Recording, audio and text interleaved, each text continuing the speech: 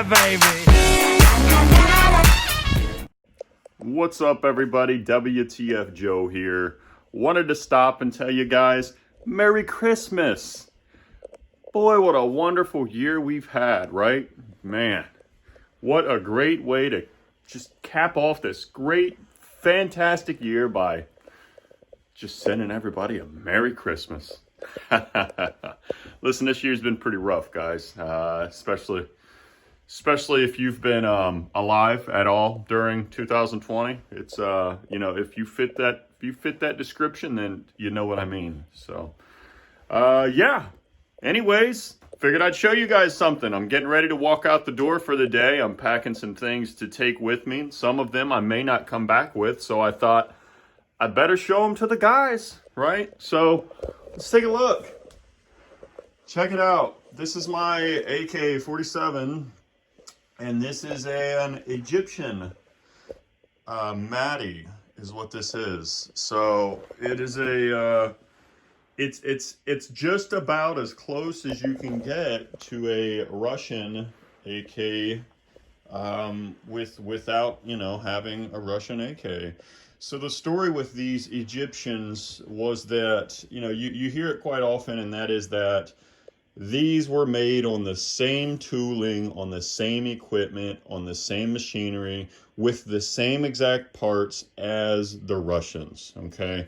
So Egypt was making AKs for Russia, and then you'll often hear something different in between. Egypt was making AKs for Russia, and then you'll hear something random here, like, oh, and then they stopped, and then they went their separate ways or whatever. You always hear some weird excuse. It's like, Egypt is making AKs for Russia, some weird excuse. Now I have this, right? Now I have this, twin to a Russian AK. And there's part truth to that when you get back into the really, really early pre-ban Egyptians. But then mostly what you see are these.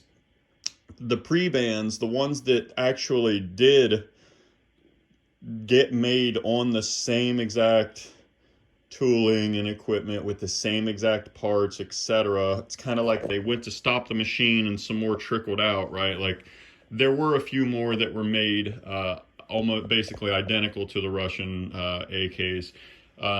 But as far as pre-ban and that made it to the United States, there was only about 2,000 that made it over here. So it just so happened that they were so popular that they decided, like you would with any good thing that becomes popular and can make you money, hey, people love these, let's keep doing it. So then you get into these. Now, these are still not that common. You'll find them. Well, you might not find them, but if you ask around, you can find people that own them. You might not see a lot of them for sale, but that's, what will you find for sale? But nonetheless, they're a great AK in their own right. They are an import, and they did a few different lines of importing. They did a few different variants of the import. Now this one you might notice says, let's see if we can get it. Yeah. This one says, there you go, PARS, PARS International, Louisville, Kentucky. Okay, so this was part of the first round of imports, is what this was. That's what the PARS is. And it'll also say, where's it at? I believe it's on the other side. So I'm gonna fold this back out. So it also says, there it is, RML, right? So RML, semi-automatic rifle, caliber 7.62-39, Maadi company, made in Egypt. Now this RML is what's pretty important, because this RML tells us what exactly we have as far as in the way of imports. There was like 3 different runs of imports, or maybe even more. But in the beginning, there's a few different runs that are very popular amongst the Maadis, and they're the most common is amongst the Maadis, and it's likely what you'll see. This is an RML. This is amongst the first group of imports after the pre-ban, post-ban, all that, or the pre-ban. So yeah, this is an earlier one of the imports. Is it pre-ban? No. Is it one of the 2000 unicorns that happened to make it over that kind of gave Maadis their name? No, it's not. But it is just after that, and it does have some amazing history and some amazing markings on it. I think there's a little more to find out about this AK than I can tell you, because you'll notice there's actually a pretty interesting little stamp right there. And then if we was to keep going, I'm gonna just stop right there. This is a very, very interesting AK, and I will say that I've absolutely enjoyed owning it. It does have the factory cleaning kit in the stock. This is the factory stock. If you look up Maadi AK, M-A-A-D-I, you might find, well, you will find a bunch of different stuff, and you might not find one that looks like this. You might not find one that has this style stock on it, this kind of thumb hole style stock.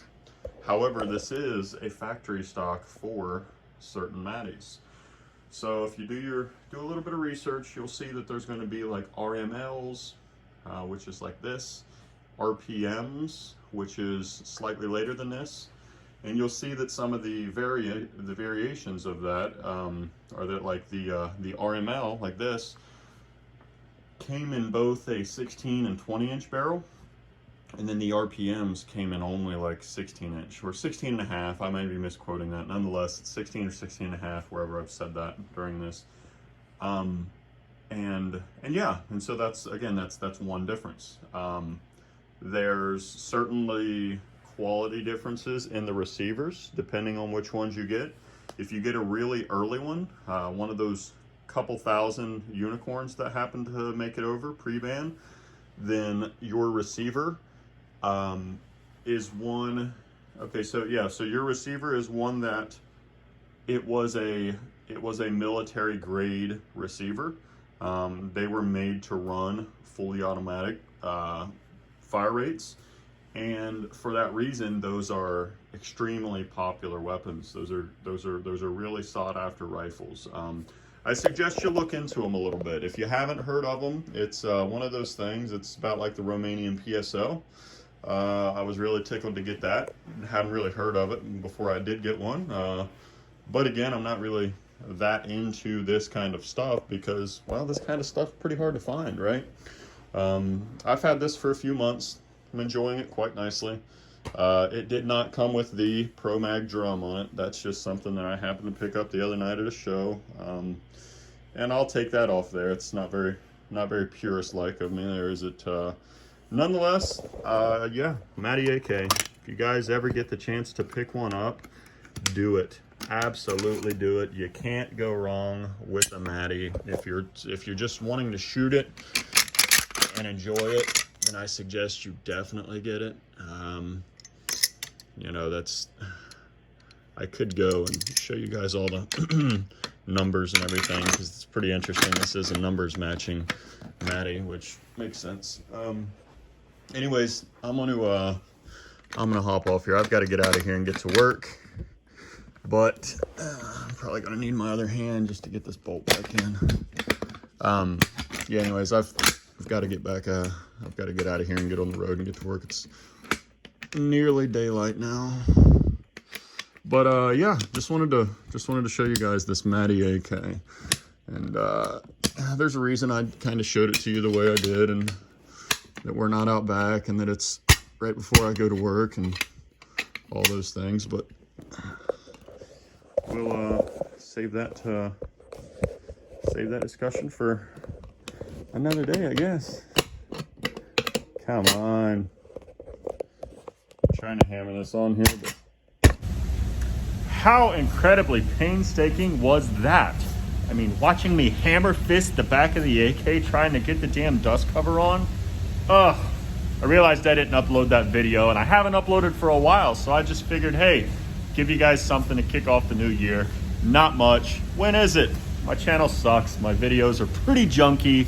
Nonetheless, I like talking to you guys. I like sharing this stuff with you guys because I've tried to look it up and I don't always find what I'm looking for. So maybe somewhere out there, somebody else is looking for this information that I've shared. If there's just one sentence I say, or even one word or one abbreviation that fills in the blank for somebody that's trying to remember what that model was, or what the name of that was, or what that import was, maybe I can help somebody in some way, because I know 99% of my video doesn't help anybody. I'm completely aware of that. I'm like the high point of YouTube creators, right? I'm that really low budget, small time niche filler that might help somebody in the, I don't know, whatever. I don't know what I'm trying to say. Nonetheless, figured I'd finish this video by replacing the last little bit of that one with this message here. Happy New Year, guys.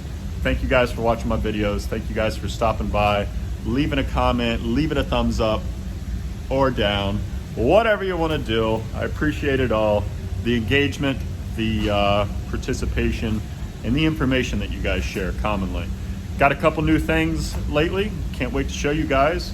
Waiting on this Ohio weather to break, and we'll get back out on the range and do a little more shooting, because we like shooting far more than we like to listen to me talk.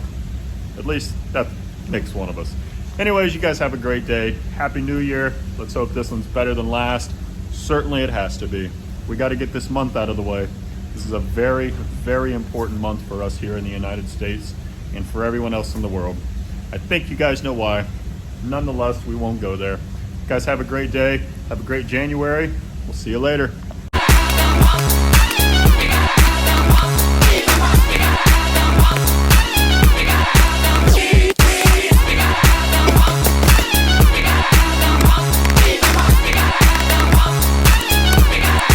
Yeah, baby.